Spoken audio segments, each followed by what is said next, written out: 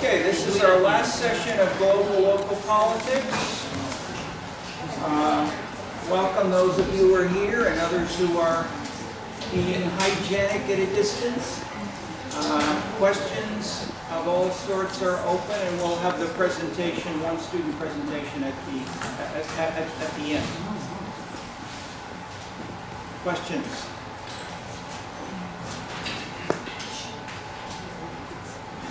The exam will cover the whole course, not just the part since the midterm, as the midterm, as you saw, was pretty late in the course. So anything is open.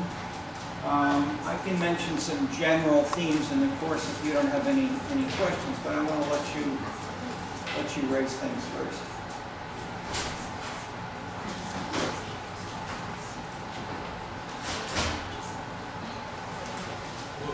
Big or little questions? Yeah. Just a small thing. Is there going to be anything on the exam? Just a little bit louder. Will there be anything on the exam? That's going to be pertaining to the guest speaker presentations that we want. Yeah, several people have asked this. The answer is treat the guest speakers like our discussion. Okay. So, I mean, if one of you asks a good question, and I have a pretty good answer, that could be on the exam. So same thing with guest speakers. So I would say you don't need to read extra books or whatever about, you don't need to become a historian of China or what Yi-Sun Jung talked about. But if one of the speakers, especially last week, we had two excellent speakers. I learned some things. Don't forget it. Okay. And I would say, I mean, what would you guess? What proportion of our class discussions have been in the readings, if you've done all the readings? Probably maybe 60% of what I've said and we've had is in the readings, but 40% is not. And it's not as if it's new facts or dates. As you see, we don't say, what's the date? We try to keep to the big points. We don't. You saw the midterm. Everything is fake. We're not trying to trick you. We're not trying to ask for trivial stuff. We want you to focus on the big things, what you will remember, or at least use 5, 10, 20, 30 years from now. You're going to forget stuff in a week or two that's very specific. I mean, I do. I can't remember stuff for a week or two. I remember the big things, and then how to learn new things that will update the small details. So I'd say the same thing applies, and that's what I've tried to focus on in discussing the readings. That is, I try not just to summarize. I try to give you the framework that you can see how the pieces fit together, and that's what we try to do in the syllabus. And that's more important for this course than many other courses because the global field is so big and so messy, as is local politics, as is things that deal with people like the coronavirus. I mean, you got all kinds of theories, all kinds of people. Oh, we're saying this and that, etc. But definitely, I won't mess with that. Sure, I mean, with many of these things, it's also true that many different answers are right. So how can you deal with many different answers that may be partially right or true for one person or one city or one country, but not for another country? That's what the course is about. To try to think through the logic and try to make alternative interpretations clear so you can reason through yourselves how you want to hear what you know is biased news or someone who really sounds off the wall. And there are a lot of smart people, even professors at this university, who say things that are a little bit off the wall. Okay, how, instead of just using a label like off the wall, how can we assess the power or the scientific evidence and logic behind various statements which you hear at this university, for instance? One of my most controversial questions is, how much do race, class, gender, national origin like ethnicity, race, and age explain about most of the things that people talk about in the media, that social scientists publish papers on because they talk about what people are doing and what's in the media and so forth, like what's the source of the coronavirus, you know, who's going to vote for Biden, why is Trump changing political, I mean, these are big issues that people think about and talk about, and the people who I mean, so the media do it maybe immediately. Journalists maybe take a week or two, or they may take 6 months to write a book. Social scientists may take, some social scientists do things pretty fast, but most social scientists take 5 or 10 years.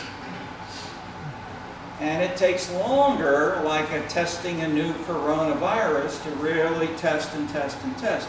If you want to rush it, you can do it faster, but there have been books that have been mistaken. And lots of journal articles that are either wrong, or I mean, people don't talk about, is the book true? People talk about the half-life of a journal article, which is to say journal articles are likely to be out of date, superseded, refuted, you know, in a fast-growing field in a year or two. In a slow-growing field, papers may last for decades. Or in fields where knowledge is less precise and cumulative. So physics is often cited as one of the most coherent and cumulative. On the other hand, it's messy. I mean, Einstein and Niels Bohr, it was the guy that was the German. There's a famous great play about the young German under Hitler, who was the head of the German uranium atomic bomb building efforts, and he made a visit to Niels Bohr during World War II in Denmark, and because he as a young collaborator had worked with Bohr, and they met with something like the 30 top physicists in the world in the 1920s, 1930s. And the physicists were saying, how about me?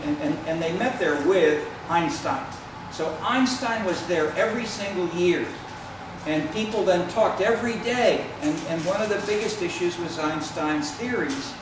And then a new critical theory critiquing Einstein was Niels Bohr. And what's his name? I'll think it's him. There's a picture of him downtown. He taught here in the 1920s when he was something like 22 years old. He was a full professor in German. He was a brilliant guy. And so what you never know when he visited Bohr in 1943 or something like that, was he trying to help Hitler, or was he trying to slow down the German effort? Because the Germans never developed an atomic bomb. So maybe he was actually, you know, just being the most visible, important physicist in Germany at the time, but he never gave a bomb to Hitler. Okay, and the most charismatic German general under Hitler was Rommel, who was called the Desert Fox. He and about 5 other German top generals sought to assassinate Hitler in 1944, I think 44, 45. Hitler found out about it, and he killed all of them in turn. So, I mean, there was dissent among top generals and scientists within Germany in those years. So don't assume, you know, that everybody just in today. I mean, does every American support Trump? Okay. Even within the Trump administrations, especially people who are civil servants who have, you know, been there for 50 years or 20 years, whatever. Okay. So my point of this is there are many, or let me illustrate it with another famous paper. Paul Lazarsfeld was a Hitler refugee from Vienna, Jewish, came to New York in 1933, and in Austria, he'd been an active socialist, communist, Marxist organizer to organize young people to join political activities the fight against capitalism and move the Marxist revolution ahead. 2 years or so after he got here, he said, you know, American politics is totally different. Life is totally different. Things are not organized on young people and mobilizing and production and so forth. So he started studying consumption rather than production. And he did a famous paper called The Art of Asking Why. And the simple point was, if you ask, why do you do this? Why do you vote? Or why do you help your mother cross the road by holding your arm out and so forth? If you ask people why, that often implies there is one answer. So the point of the paper was to say, usually one answer is always either, if not wrong, it's insufficient. And if you as a listener, or you as a scientist trying to interpret something, just repeat right and wrong or what people say as if there's one answer, you are going to be simplifying the world too much. So his suggestion was build a framework. Try to have something like what I've shown you again and again. Build a framework that's something like,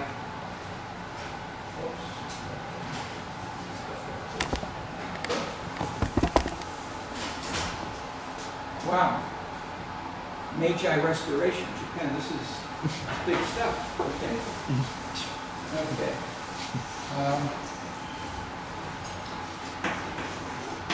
If we have local politics, if we have, let's say, economic growth, does economic growth determine local politics? So if you say, why do we have more people who are voting for or happy in Chicago or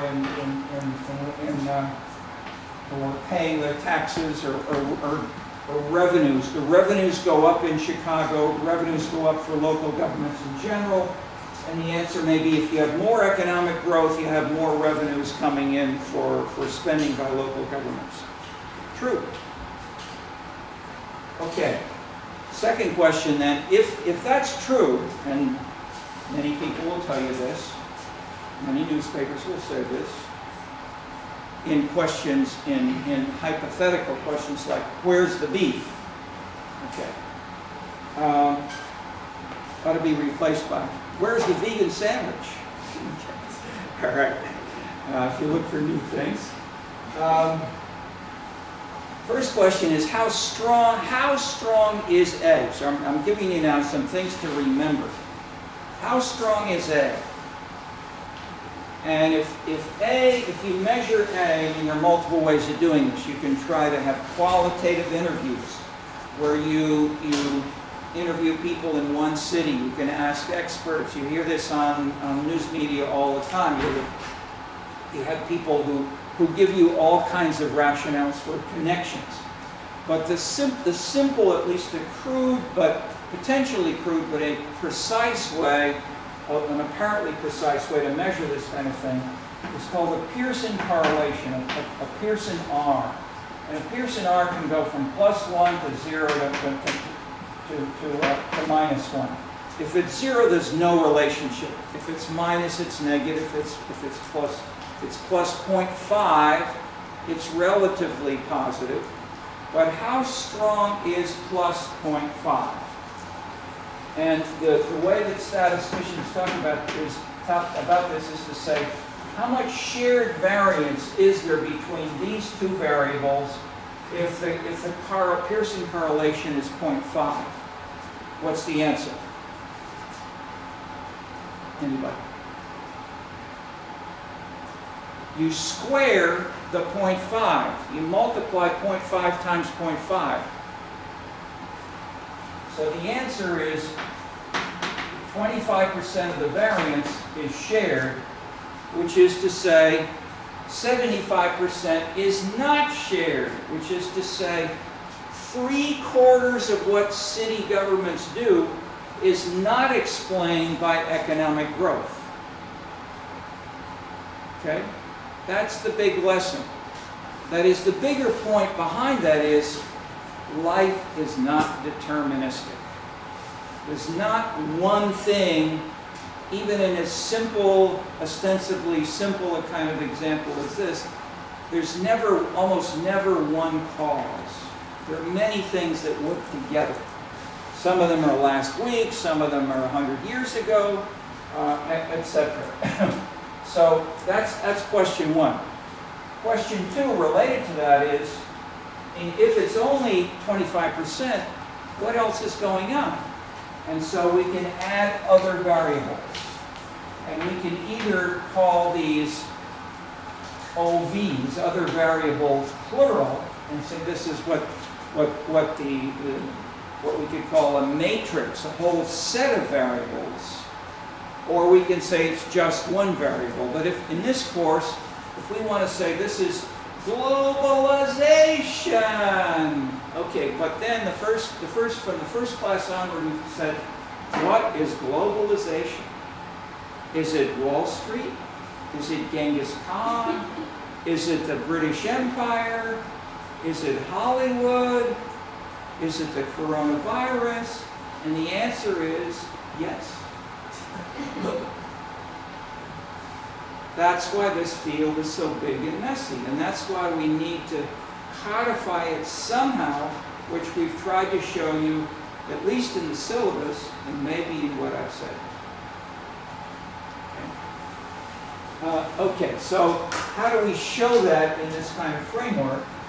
The two ways that the two standard ways of how you add something else, another variable. The most standard way is to say, maybe this is spurious. Okay, so this is, so we'll put B here. B is spuriousness. So if we think that it's economic growth that's causing more local spending, but in fact we find, for instance, that citizens in some U.S. states, let's say in 1978 or 1980, citizens in some, let me even link this through.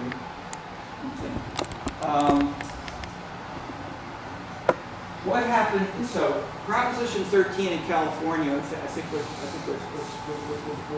1978. So California was the first big state to have a proposition, what they do in Switzerland more often. That is, so there were people who got cutting property taxes by half, basically. And people in California voted by a majority, about 60% said, yes, let's cut our property taxes by half. And Governor Jerry Brown, he's governor today, the day before that he said, don't do this, you will lose your swimming pools, your schools will close, you won't have proper public health, the hospitals won't treat you, etc., etc. The day after he said, the citizens have spoken and I will implement the citizens' concerns with every bit of my strength of my body. And he did. So the same thing happened 2 years later in Michigan and Massachusetts. And what did the mayor of Boston say after it passed? People don't understand that they want all the good services we're providing them. And we will continue to provide the same services as we always have. And we are taking the urgency of this financial crisis to the Commonwealth of Massachusetts and asking them to give us a little bit of a loan so we can continue our services. Even if they lose half the, they lose a big chunk of money. And the Commonwealth said, yes, we'll borrow more money and we'll continue the same services. We support the mayor. So that was our definition in a book called City Money of the difference between a new fiscal populist, Jerry Brown, and a traditional New Deal Democrat, Kevin White, who was the mayor of Boston at the time. Okay, so Kevin White is a classic Democrat. We'll borrow, we'll continue. If we can't get the money, so in that sense, if you try to say, does economic growth cause local spending or cutbacks?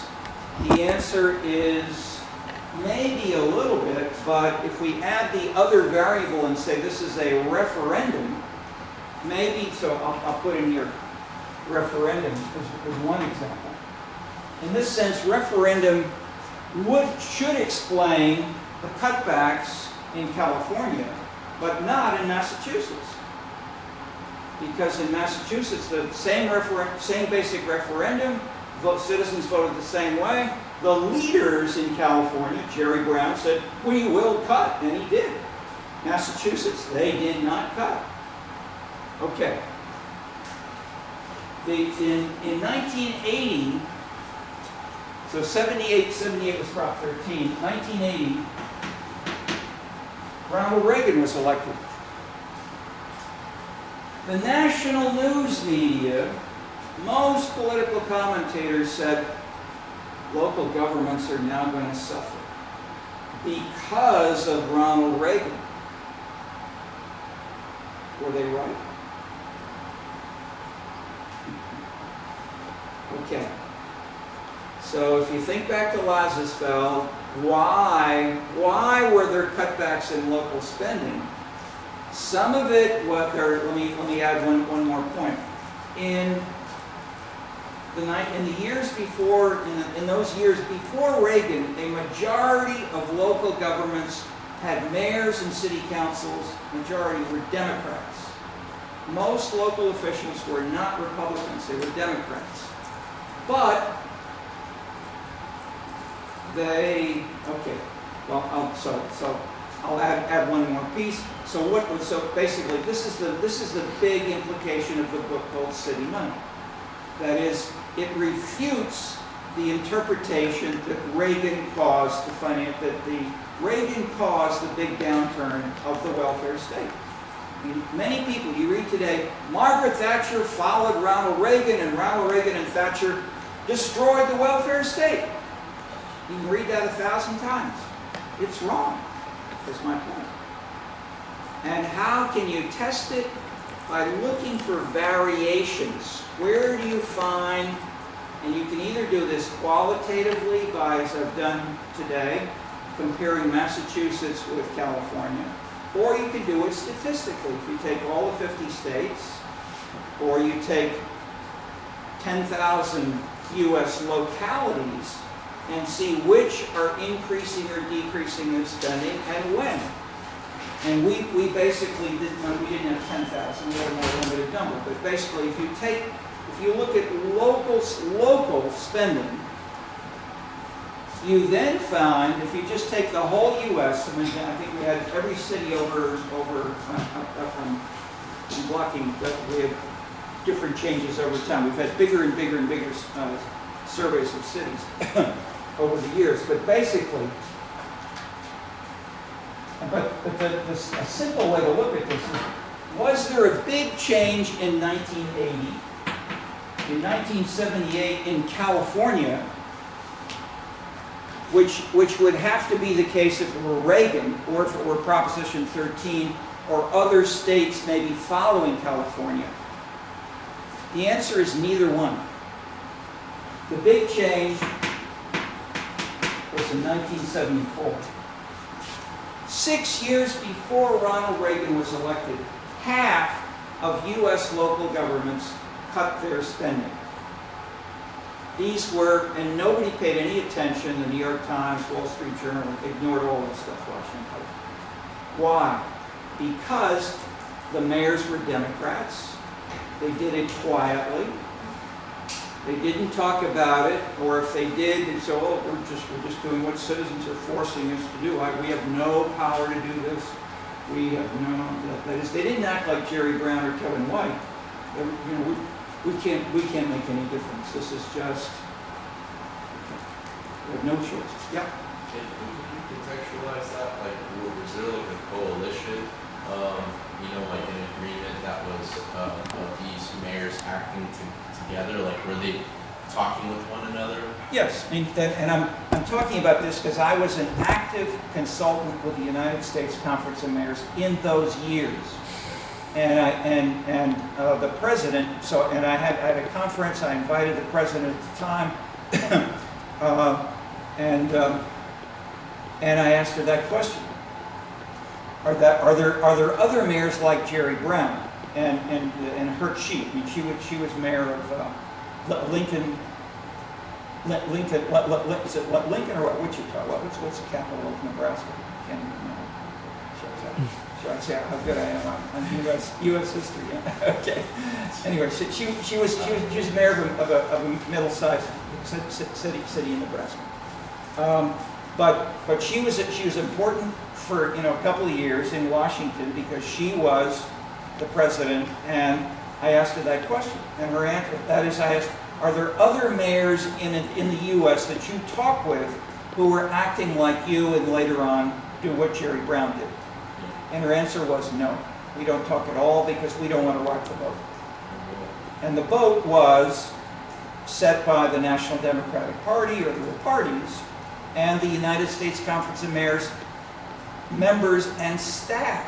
So I shouldn't say members, I'd say the staff and the committees that had sort of reappointed one another, or that is the staff through the 80s pretty much. The staff was fighting against Reagan and fighting, and so Reagan saw that, and so what did Reagan do? He got a law passed which said none of these so-called PIGs, these public interest groups, may have funding from the federal government. And the U.S. Conference of Mayors at that time had about 70% of its funding from the federal government. So what did they do? Their staffs were cut from about 700 people to something like 200 people, and immediately. Okay, so I'm giving you more. I don't want to give you too much micro detail, but I'm saying this is one way of looking for causality and for alternatives, A or B, or let me add this, C. C is this one, and what do we call the C path?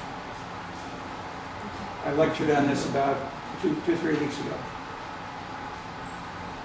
You could have learned it here, you may have learned it before. Interaction. Here we go. Interaction. So interaction is also called suppression. You could call it, this is suppressed or enhanced, mediated. These are other words, but interaction is the statistical term for this path. And what that says is, if you have someone like Ronald Reagan as president, that gives the image, or put different.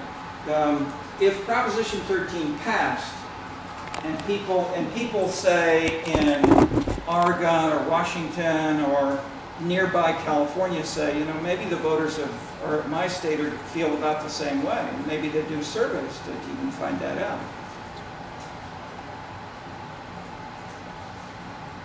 It may be that economic growth will be suppressed. The A path will get weaker, not totally knocked down to zero, but it can be weakened by the proposition or by the election of Ronald Reagan, or both of those and other things as well that were going on. And so we could have multiple C paths which don't make the A path zero, which is to say spurious. If the A path falls to zero, then A alone is spurious in the more. This is called a more complete, or as the people will also say more statistically, it's a more fully specified or a total equilibrium model, which the economists will talk about. It's a a general equilibrium model, which should be the world, or at least an entire nation. Or they use the term a partial equilibrium. If you're trying to talk about what may be true in Chicago, but it's not true in Milwaukee, or it's not true in Boston, that's a partial equilibrium model. So the economists build explicit models like this, but they usually use equations, and it's simpler to show you boxes and arrows the way I'm doing here. I asked an economist once, you know what, why don't you use equations, because they're simpler for the average person to understand. So, you could never publish that in an economics journal.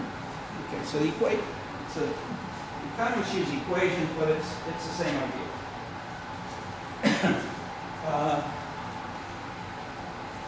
But I'm putting a box around this to say, this is one model. And if you then have the environmental characteristics, or the contextual characteristics, or the scene characteristics, we can build another model over here where we have the same things, have the variables, in this way. But we change this. We can say, okay, in model 1, this is the way we theorize it. In model 2, we theorize it differently. Then we look for data that can try to test these alternative interpretations. And so lots of people were doing this in 1975, or not in 75, in 1978. There were big conferences, how did Proposition 13 possibly pass? I mean, most of the social scientists, including even my highly respected colleague, Seymour Martin Lipset, he personally, in these years, was thinking about, in his own work, he did his book, his most famous book called Political Man. It was a bestseller in Argentina and China, everywhere, translated. It was the book on political sociology. And its core idea was class analysis. The rich people vote against poor people. Poor people were, it's a secular Marxist theory. So Lipset held a conference, so lots of smart people, and they did a survey. Just add one more theme here is that, I'm showing how you can elaborate this kind of question in multiple ways. They did a survey. They asked Californians, and then they asked people in the rest of the country, would you like your local government to spend more, same, or less for public schools, swimming pools, public education, public transit, and something like 60–70% said yes. We'd like to have more of those government facilities. Government is doing good things.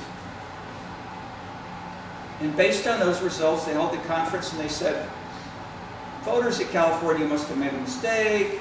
They don't really know what they're doing. The government did the wrong thing. Jerry Brown's a fool. And so forth. Okay, I said, Marty, you didn't ask about taxes. Oh, well, we can't ask everything. Okay. So Eleanor Ostrom and I started doing surveys about what we called, and then a guy named Mocus in Bogota did the same. What Mocus did in Bogota was he held meetings in poor neighborhoods, and he gave people, a little set of, say 100 pesos, 100 pesos, 100 pesos, 100 pesos. How would you spend your 100 pesos if you've got a pot? Which of these boxes would you put more your money in education? Would you put it in helping the poor? Would you put it in, where would you put it? So each person, and then they would discuss it. Why are you doing this? Why should we do more of this? Okay, what's the difference between the 100 pesos to each poor person in Bogota? This was televised, or it was publicly covered by the press. The mayor is going to poor citizens in the barrios. He's asking them how should the city government really spend its money. He's a true populist. Okay. How is that different from what Lipset did? See, these are true stories. These happen. And Lipset is better known as a political scientist than Mokus. Even though Mokus is brilliant, he's known among mayors, but he's not known among political scientists in general. Mokus did the right thing. Lipset did the wrong thing. In the sense that if you want to gauge the political, and why do I say that? Because because it leaves out what theoretically many things, but the people who worked on this most are economists who talk about a budget constraint. And the budget constraint is the 100 pesos. If you give each person 100, but you also say, what Mokus would say, if you want to have a bigger pie, we can raise taxes, then you'll have more than 100 pesos to spend. But at this point, you have a budget constraint of only 100 pesos each. So it's not to say that the analyst should say how much should taxes go up or down. We should build into the survey a mechanism to either increase taxes and spending and to allocate it into different areas. So these are different, these are still being thought about and used as there are debates between left and right and high and low spending and so forth. But if you talk about government spending and you leave out taxes and worry about taxes, you're leaving out a whole lot. Okay, so I'm illustrating how you can have spuriousness or interaction or causality, and all of these may be partially going on around us all the time. But how can you tell?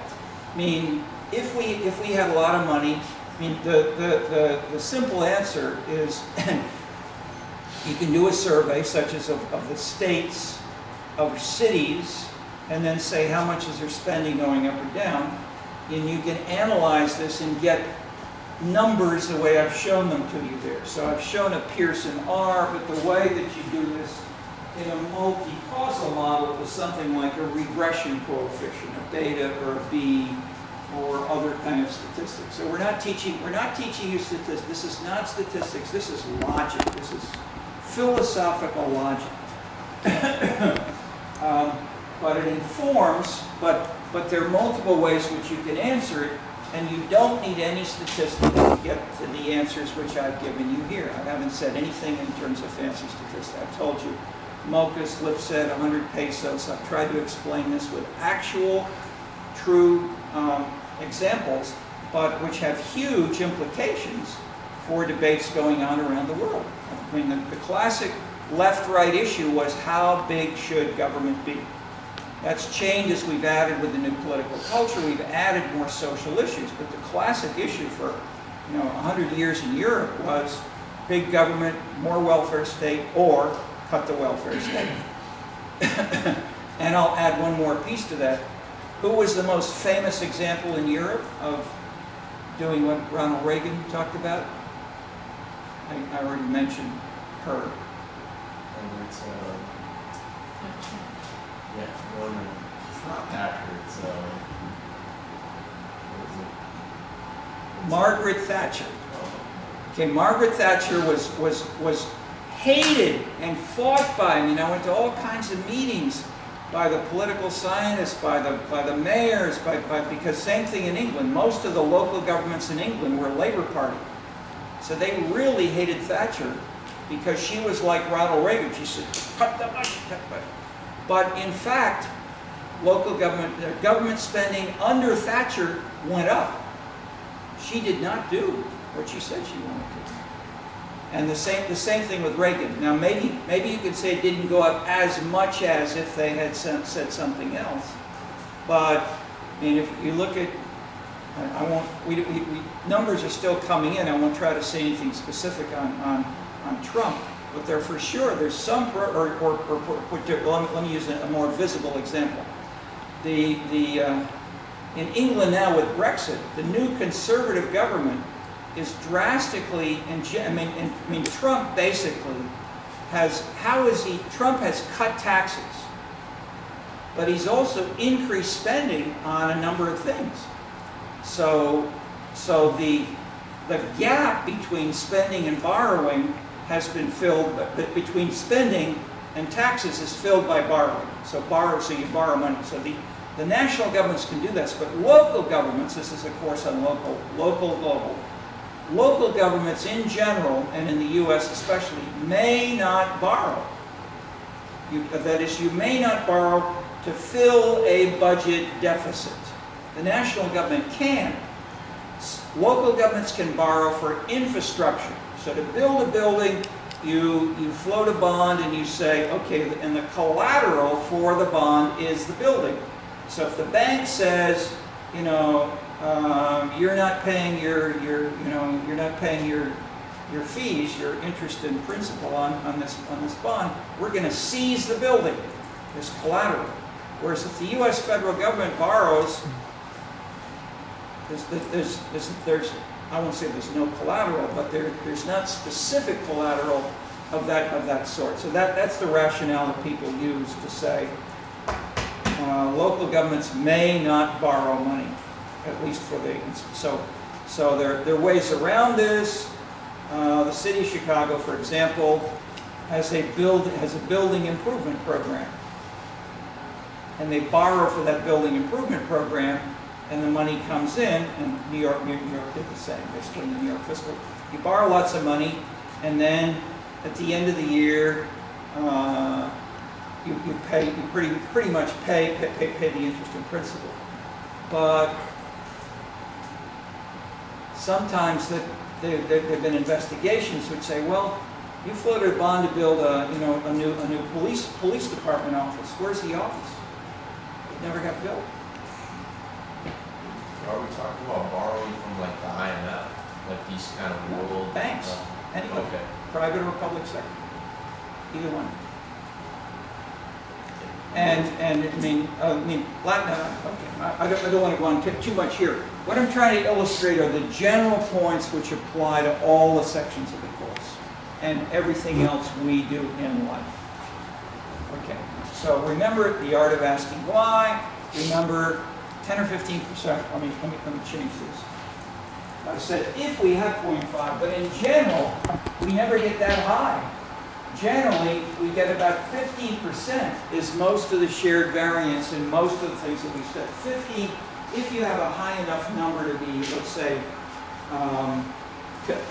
more statistically robust. That is, if you have 1,000 or 5,000 respondents or 5,000 cases. If you have 5 cases, you can get an R of 0.999. But the number of cases are 15. If you have 15 interviews, you can get a very high end. But 15 is so low, it doesn't really fit with either.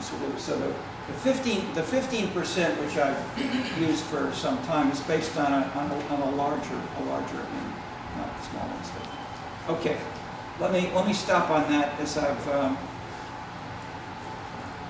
I've tried to make that point explicit. Other big lessons. What are some other big takeaways that you?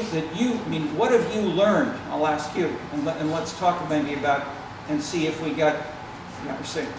I'll ask you the last question. Why did you take this course, and what have you learned? And the answer may be just one thing, which is this, or you can answer something else if you choose. But who wants to? The gentleman here with glasses. What have you learned in this course? I'd say it's I feel like I'm shocked for me, so I think it's a little bit of background knowledge on many of these topics, not like a full picture of how they all fit together and how there's a lot of, like you're saying, interaction between these ideas. So I think just thinking through that lens and apply whatever we learn. Okay. So what I presented here is one of the main things that you've learned. Okay, well, how about that? Anything else that you've learned or thought about a little differently from past courses? Reading? I feel like I haven't done any political science course, so like politics, political culture, that was definitely that area. what about it? What specific lesson do you retain from the new political culture? Well, I think the shift that you described from the difference between the New Deal Democrats and these more kind of like socially liberal and fiscal conservative politicians is something that I haven't been talking about. And another big one, if we just think of 2 or 3 themes here, what else might you retain of big ideas from the new political culture? And this is, and think if you want on Jerry Brown. Yeah. Yeah, I think for me, like the new political culture has been really key to my understanding of looking at global politics and seeing how like it's not always adherent to this kind of left and right notion, you know, such as exemplified through like the Leveling principle. But what role does, you know, globalization or counter-globalization play into the type of narratives that substantiate different political campaigns? And where does, you know, the different variables that we discuss, whether it's pertaining to like economics or, you know, other aspects that could contribute to like civic mobilization, where do those come in? You know, so I feel like it's definitely broadened my horizon in terms of understanding those kind of things. Okay, another way to summarize it is in most of my books that we've had on the reading list, we have some kind of boxes and arrows like this, sort of like this. And we've then often either included here or maybe over here to the left, we may have things like economic growth or local political culture or national political culture. And since this version, of course, is here, we could add, did Genghis Khan conquer your country or not? And then if we want to refine that, we could get to regions. That's why I learned about this, because different regions within Russia had different residues. What other book did we have that really stressed conquering and historical continuity hundreds of years later?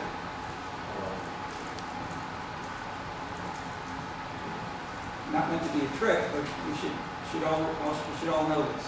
Well, I think you're talking about truth and violence, the history of Chicago in the sense of about migration and how like a specific structures of thinking influence the way people engage in politics. And which writers did this? Well, we saw, I think, Putman also when studying institutions about Italy. Putman, yes, like northern and southern Italy. Yeah, I mean that's the simple visible, or one simple visible answer to the question of big regional differences based on conquering. That it's not just Genghis Khan, he never got to Italy, but the Normans did. And the Normans conquered Sardinia and southern Italy, and they administered it more like Genghis Khan. They were very tough. They took out tax money. And they weren't at all as tough as Genghis Khan. But Putnam then studied first that, but second, more important, selected cities. Only selected cities became city-states legally. And the Vatican retained certain authority over some regions, like Umbria. But further north, there were city-states: Florence, Venice, Genoa, and these places started trading with the Chinese, with the people in but current day Iran, Iraq, and so forth. And they brought back spices. They brought back tapestries. They brought back cloth, they brought back all kinds of stuff.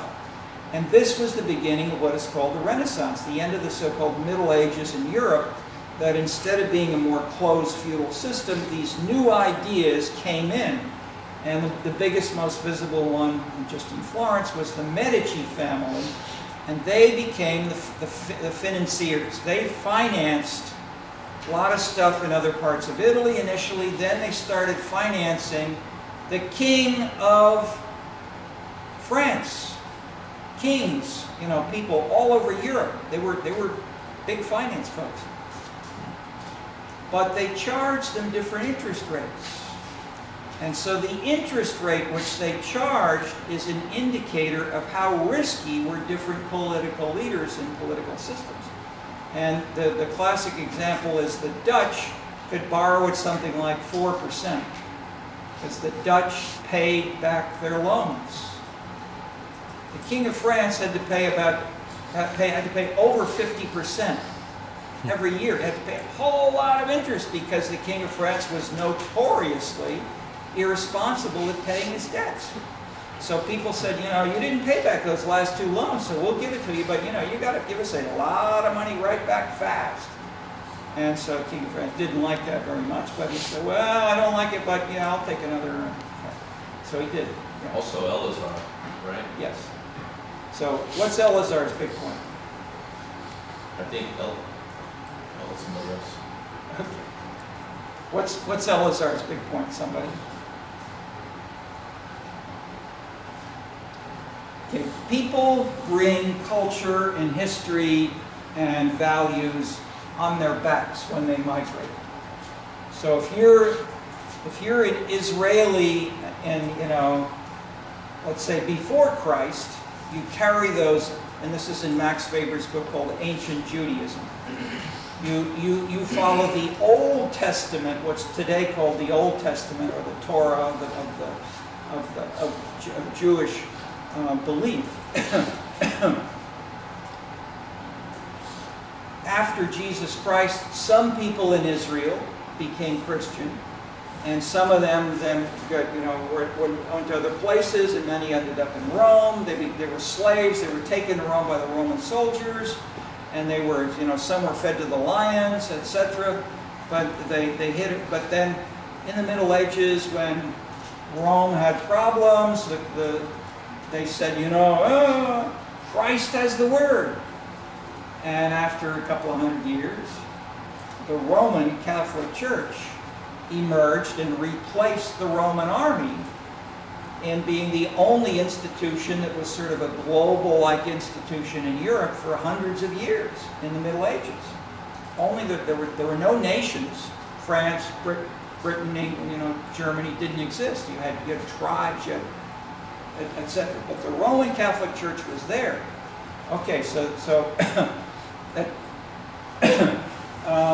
so the slave religion. So Elazar's point is, as people moved and carried their religion with them, and then the denominations within Christianity included Luther and Lutheranism, Calvin and Calvinism, and as the Calvinists left France because the King of France was authoritarian, they went to Switzerland, they went to Netherlands, a few of them went to England, and then they went to New England. So they carried these views of activist, engaged, citizen-responsive politics as well as morality with them to Massachusetts, and made New England continue those values. By contrast, the American South was settled by people who had a plantation slave mentality of hierarchy.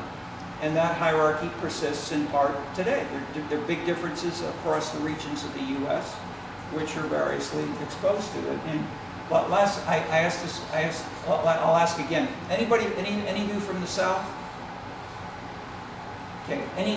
Give us one anecdote which shows how which would be different in the South from Chicago. Oh, I'm from Oklahoma, so I don't know if you can take Sure. No, Oklahoma's great. So, give us an example of what would be different in Oklahoma. Off the top of my head, that's really hard. I mean, do you mean in terms of like a political sense, or just like things I would see on the street, or? Let me start with what I learned last quarter from a young woman who said, I grew up in Alabama, and when I was in 2nd grade, so she's about 8 years old, the teacher called my mother and said, you know, you have a problem with your daughter. Mother said, really? Please tell me. She doesn't say sir and ma'am. What do they do in Oklahoma? That's kind of similar. There is an expectation that you show a certain reverence and respect for people who are older than you. And I think there's also always an expectation to interact with people that you're not necessarily, that you don't necessarily know. So for example, like in the store, if you're being checked out by someone in line, you're expected to ask, oh, how's your day? You know, are you doing, just because it's just, there's an expectation there that you interact in a very friendly manner to strangers. So 2 points. More friendly interaction with strangers, and 2, deference to the boss, including a teacher or someone who's 2 years older than you, maybe. Certainly 10 years or 20 years older. And so that fits with the military. Yes, sir. No, ma'am. But when folks like that come to Chicago, some of them continue, but many of them say, hell no. They don't say, yes, sir. Does this have political implications? For sure. Okay. All right. So the regional differences, and that's why I brought in Genghis Khan to try to say that these dynamics of globalization may enhance authoritarianism with globalization, the Roman Empire, the Normandy in the south. They may have enhanced market individualism if it's Wall Street, or they may enhance New England moralism if it's Martin Luther King, or maybe the evangelicals from Korea. Okay. So globalization can work in multiple ways, and as you see them, you know that if someone says to you next week, globalization caused this. We lost our jobs in Oklahoma because people with Chinese faces took them away from us. How many people in Oklahoma said that? What percentage voted for Trump in Oklahoma? Very high. Okay. Every county was red last night. Okay. Okay. Did they say that because of Trump, or would they have said that before Trump? I think they would have thought it before Trump, but now people are more outspoken. Well, they may have said it in bars or privately, but not. Okay. Okay. So these are some of the ways that you can see more subtle political changes happening, but be careful about attributing causality when it may be spuriousness or it may be interaction, and there we go. Other questions? Or other big themes that you have learned that I might try to link with broader stuff now? What have you learned in the course? Yes. Me? Yeah. Yes, sir.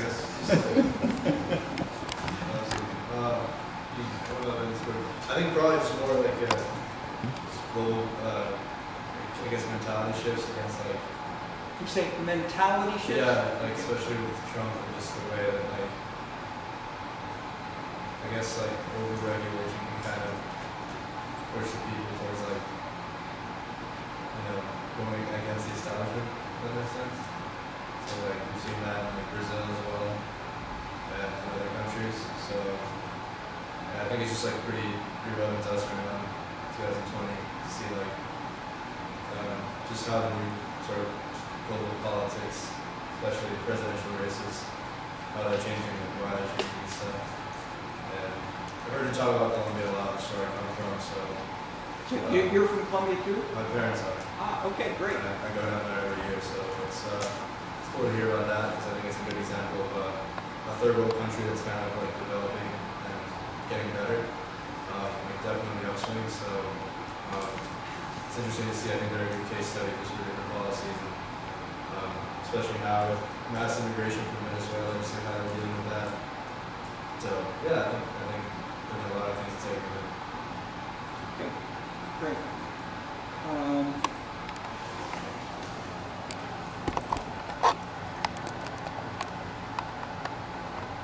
I heard a quasi-Mocha's example on NPR yesterday, which was they had the Day of the Woman, or the Women's Day on the weekend, and there was a discussion of how is this variously being implemented. And in Mexico, where they have lots of, they're talking about the virus concerns, lots of people crushing into one another, and friendly men and women being very close. So what they had done was to paint the first, I think, three cars of the subway train pink in Mexico City. And the pink cars were for just women. So if you didn't want to meet a man with whom you might not like to have a date, you could go to the pink car. Okay, so Mocha's, remember, Mocha said, Mocha's at that time, they had 6 times the murder rate of the U.S. in Bogota. Mocha then said, all right, we're going to have a Women's Day only night in the clubs and bars, and they did. 0 murders. Okay, so just showing people, even if it's once a year, once in your life, that murders are not inevitable and always the same. There are specific policies that can change this. So looking for something like that is something that smart political leaders often do. And so, the governor of Mexico as well, I mentioned earlier, said male traffic policemen cannot give speeding tickets. And that kind of idea was inspired by Mocha's and Bogota. Okay. The any other big themes that are takeaways? Think of the sections of the course. Think of the cross-national variations. Something I may have said implicitly, but I would say in general is try to join your intuitive feeling about whatever you look at or read about or see and say, why does that seem wrong to me, especially if things don't seem to fit? And that's, don't just ignore it and say, oh, I'm in a foreign country. Ask, why is this country different? Or why are these people who I'm having dinner with, why are they saying these things that I never heard before? That is, don't just say, oh, they're wrong. Try to ask yourself, how can I connect the pieces so they make sense? And I've been to Europe over 100 times. I have an instinctive feel for practically everything I see in Europe. I go to Asia, and practically every trip I go to Asia, I feel culture shock. With things that say, wow, why that doesn't feel right. Why is it different in Asia? And that in turn has sort of fascinated me more over the years, and it's part of why I learned from, today we have 3 Chinese teaching assistants, and I learn from the Chinese cases every single time. And so where and how and why the China, to use one case, but more generally, why a case that does not fit your instincts, try to build on it. And so we spent 7 years working on the book called Kentuckville Karaoke, basically talking between Asians and Westerners, and showing that Tocqueville failed at least in the standard way in Asia, and Jane Jacobs and Schumpeter and the Bohemianism economic development argument failed in Asia.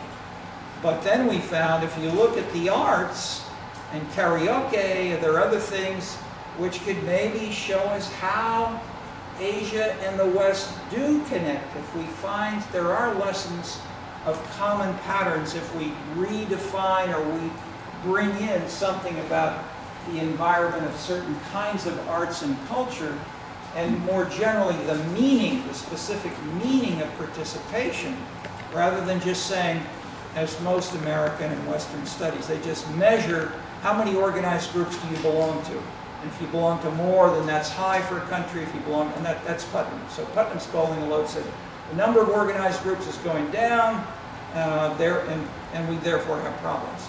He did not elaborate the meaning of different kinds of organized groups, whereas Peter Octoberg spent a summer, and we did, and we basically found the arts and culture were the opposite. It's taking off when everything else is going down.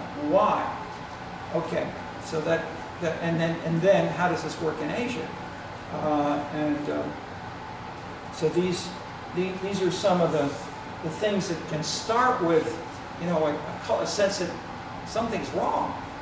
And most of the time, even scientists will say, you know, we have to, you can't explain, you can't pursue everything. We just don't have time. And so most people, most of the time, keep on speaking the same language. They don't learn a new language at age 25 or age 50 to write a book in a foreign language. And they keep speaking. So in that sense, we have lots of cultural continuity. 99.9%, maybe something like that, if you take language as an example. On the other hand, you can invent a new word. One new word, maybe 2 or 3 new words. Well, what percentage of what you speak are you inventing? Okay. So in that sense, paying more explicit attention to culture more generally, because many of our values about proper posture, about whether you bow or say sir or not, are things which are there, and which I mean, the easiest way to see this, as I used with the European and Asian examples, are contrasts. If you go to a different city, a different country, you say, hey, this is different, then that specific either personal tourist kind of experience, or foreign student, or quantitative, systematic, multi-causal, multivariate analysis can try to codify the same kind of thing as I illustrated with the taxpayers' revolt. Yeah, general label of that can be called the taxpayers' revolt and the challenge of the welfare state, the challenge to the welfare state. So the center of this, just to add one more international piece, was Sweden and the Scandinavians, which have been held up as the sort of the non-communist example of the welfare state. The Swedes actively participated in our survey of fiscal austerity and urban innovation. So whereas other countries may have done 2 or 3 surveys, they did 6 or 7 surveys, because the welfare state was actively being transformed in the very years that we were most active in getting the survey going. So people were saying, why are these different cities and nationally aggregating? Why is the welfare state changing? Where is it being done locally, and how can these different factors go on? And then people argued about it because there's a whole lot of ideology and all of this stuff. And so the main answer was class politics. There's a new conservatism. What's this conservatism doing, and so forth. People didn't talk about issue specificity. They talked more about left and right, without defining what left and right meant. Okay. But by doing all these surveys, we all learn together. So that's the reason that I've been active in these meetings for decades, because I continually learn by talking with people from different countries, even when they fight. But then our scientific answer was, let's collect the same data. Don't just do it your own survey. Oh, this is Brazil. Brazil's different from Venezuela, and then you can't compare. But if you use the same questions in a questionnaire that have been used in California and Beijing, if you're studying say, police beat meetings in Chicago. If you ask the question, do you trust the police? And you use it exactly the same way that they did in California or in Beijing, you can say Chicagoans' trust is, in my 15 interviews, the trust level is only 1/4 as high as the state of California, and it's 1/10 of what it is in Beijing. So you can do an ethnographic study of 15 people in one police beat and compare internationally, globally, if you use a standard questionnaire. Okay. It can be a footnote or more. All right. And talking about trust, even say with an alderman in her ward, as I did in the last week, is a sensitive issue. But to try to make it so I'm just saying, how can you build more trust in Bronxville? That's a big issue. It's a lot of distrust. I would say distrust elected our mayor today in Chicago because people distrusted the establishment. This corruption, this city is bad and corrupt. New mayor, throw them all out. That more than the left or the right or the gender or the race or whatever, and even I would say Trump.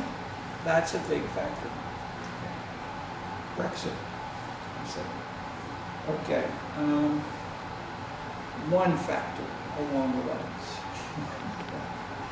But one could try to measure these various factors if we've got the right data. And so one way to think about it let's stop. Yeah, we have one last quick question, or we'll have a student presentation. Yeah. Sorry? Oh, we don't have student presentation. So the student's not here? Yeah. Oh, okay, so the student's not here. All right, so we won't have a student presentation. Okay.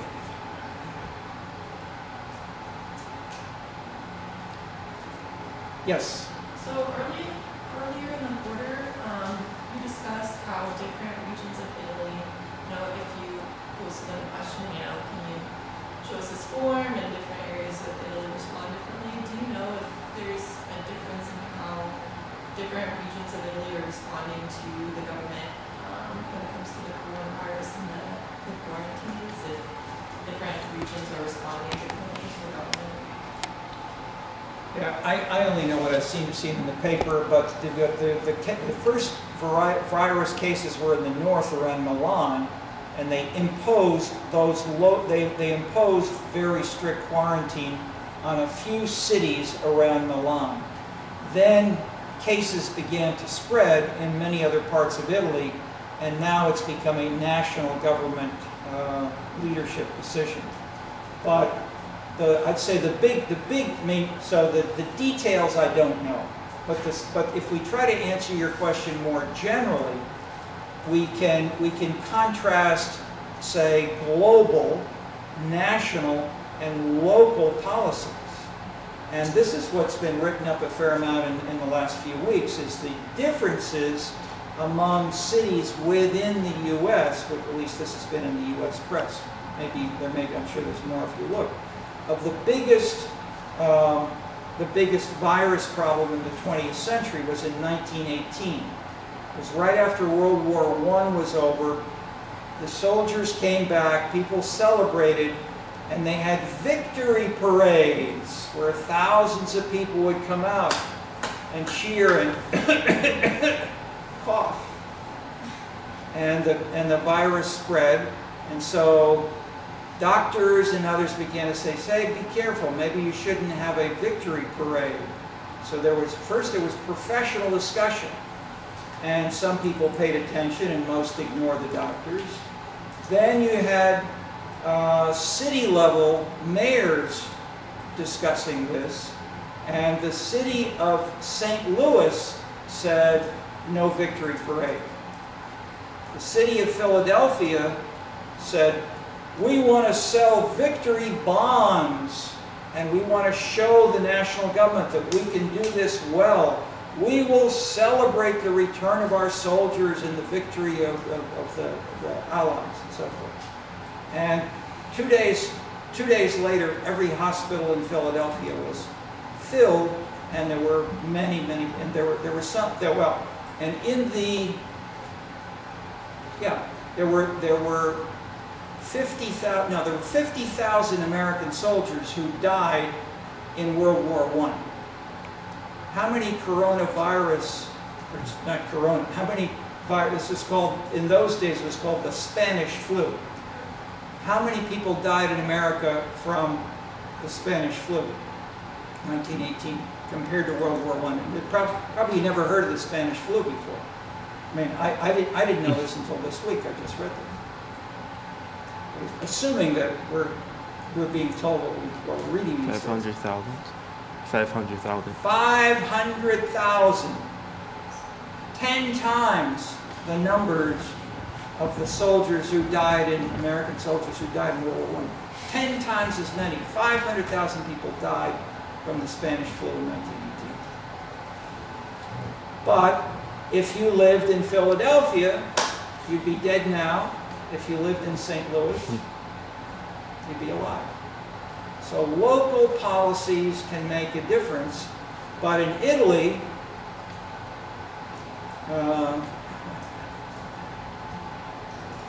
I won't generalize. It's hard to generalize about it.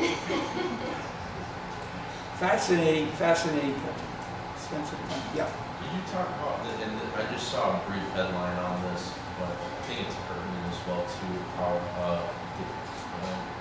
I think Trump is withdrawing troops from American Middle East. Have you seen anything about that? Yeah, I mean, I saw that there's an apparent lowering, at least what one newspaper had, which I think I read yesterday or today, that there's less fear of Iran in the Middle East. And it's as if that continues, Trump will continue, or the Americans will continue to withdraw troops from Syria and the Middle East. Or no, it's Syria or Afghanistan. I think it was Afghanistan. Okay, so I mean Afghanistan. So Afghanistan is much more. I mean, if Italy is tricky, I mean Afghanistan goes up and down all the time in terms of violence and negotiation, and violence is part of the negotiation. The Taliban and the others. So,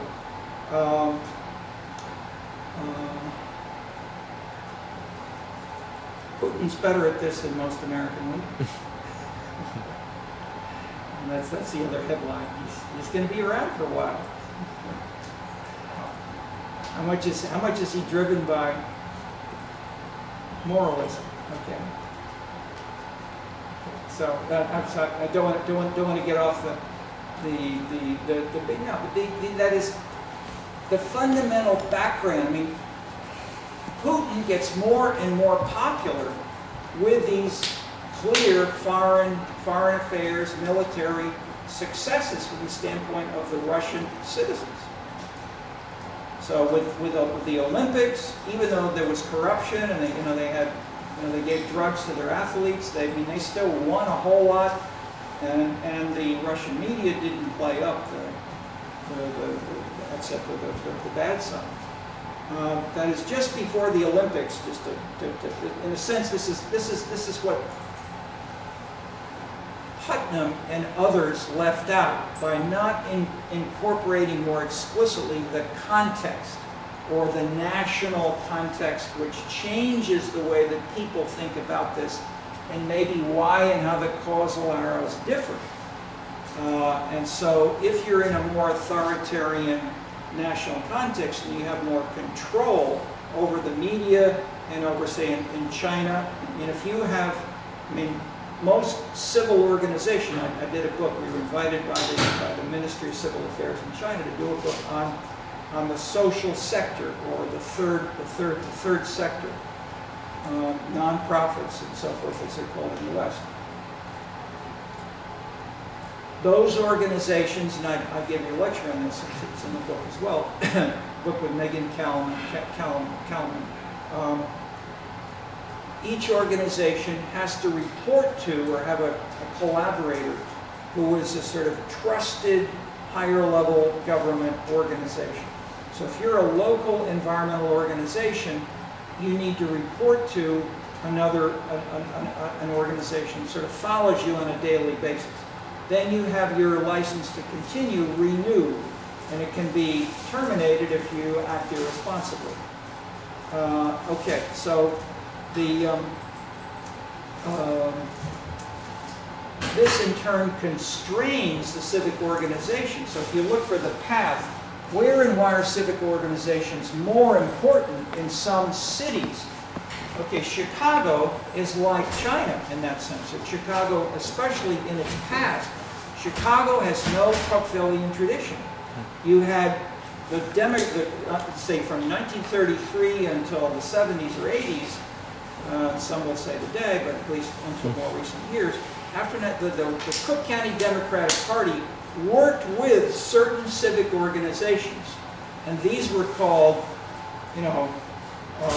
regular organizations. Regular meant regular Democratic Party connected. The independent civic organizations, as they were called, were things like the League of Women Voters or Hyde Park groups that voted and did not support the Cook County Democratic Party. The machine. Okay. So Jane Bird's job, when she was a high staff member under Daley, and she was co-chairman of the Democratic Party. Her job was to destroy the independent organizations, or undermine, weaken their legitimacy, strengthen the Cook County Democratic Party. Okay, so Tocqueville is and so if you were a member, and so those organizations which were part of the party, you try to encourage because they would lead to more voting, and the leaders, including African American churches. When Martin Luther King came here to have civil rights demonstrations against Daley, not a single African American church would welcome him or his organizers. In the South and traveling, they were used to having churches give them food, clothing, shelter, everything for free. They were not paid any salaries, everything was volunteer, but they were welcome. They came to Chicago, not a single African American church would let it. The black churches in Chicago supported Daley, one, period. To the church, every single church. At least enough so they wouldn't they wouldn't support these, or Martin Luther King. Even though King, at that point, Martin Luther King had, he'd won all over the South and nationally, not in Chicago, not in African. So a white church in Chicago said, we will, and so they all went to a white church. Part of the reason for that, maybe, and I don't know about this history, but thinking about perhaps self-interest in terms of what the government can do for the organization of the church. Exactly, and that's the clientelist question, right, and that's the right clientelist answer. That Daley very openly said, I will give you some extra land to this church. I will give you some abandoned houses which defaulted. There are 150 houses which the city has taken over. I will give them to this church. So he had very open, simple materialist rewards which he doled out to individual churches, and he remembered which church got what, and it's all in his head. Yeah, good. I feel like there's a correlation to that in terms of after Brazil redemocratized and looking at the voting records for the constituent assembly that was drafted in the 1988 Constitution. It was very for some coalitions, particularly the evangelical base, it was not adherent to left or right, but it was this opportunistic center, that was looking to kind of protect religious freedom of expression, but at the same time gain, institutional and organizational resources that can be materialized for their expansions. Clientelism is still the main rule of politics in most of the world today. It may be suppressed, it may be constrained, people may deny it, it may be under the table, it may be illegal, but it's still going on, including in Chicago. And it was powerful enough to help elect this mayor. Was there ever a breach in Chicago where like people, you know, like you just talked about like Mayor Lightfoot? He's the new mayor, correct? Yep, Laurie Lightfoot. So would you say that, you know, like you said, primarily it was like a vote because of distrust in terms of like the system, and you know, I don't know, but maybe she ran on this kind of like anti-corporation crusade or anti-corruption crusade and was able to like gain the vote. Would you say that that's maybe like what happened? Like people became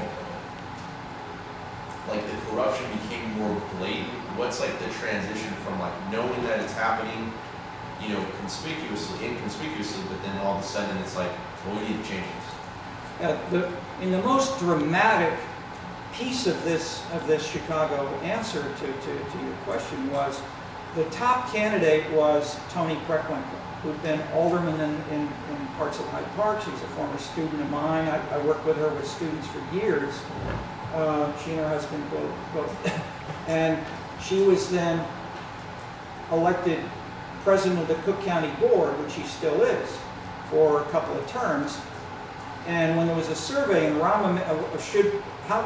would you vote for Rahm Emanuel or Toni Preckwinkle for mayor? When Rahm Emanuel was running, I think the first or the second time, something like 60% of Chicagoans said I'd vote for Toni Preckwinkle, and about 30% said they'd vote for Rahm Emanuel. But she didn't run. She then did run this last time, and Laurie Lightfoot defeated her. Although, you know, when a month, 2 months before, everybody said Toni Preckwinkle was for sure going to win. But Toni Preckwinkle didn't have much money, and she went to a fundraiser by one of the classic Chicago clientelist political leaders, Edmund Burke. And Burke said, well, let's do a little fundraising as well and include Toni Preckwinkle here. And it killed her. Just the association with that kind of old style patronage. And so, I won't say there's one factor, but that got a lot of press. But her whole career, her whole life, her whole everything she did was reform. She was fighting the machine for forever. So how could Laurie Lightfoot differentiate herself and possibly win against this highly charismatic woman who was a reformer? By being more anti the whole establishment and saying that leading candidate, Toni Preckwinkle. So she was very aggressive, and Toni Preckwinkle was always a lady. She never fought back. She said, so she was accused of, you lied. You were lying in that when you did. Toni said, I would never accuse anyone I'm in a discussion with or debate like this of lying. Lying is not the correct word. So that kind of difference in style showed in ways that reverberated into where we are today. So what do you think resonates more with people? Yeah, we're at the end, unfortunately. Thank you all for coming in person or watching sooner or later. We look forward to more. Keep in touch. Thank you. Thank you.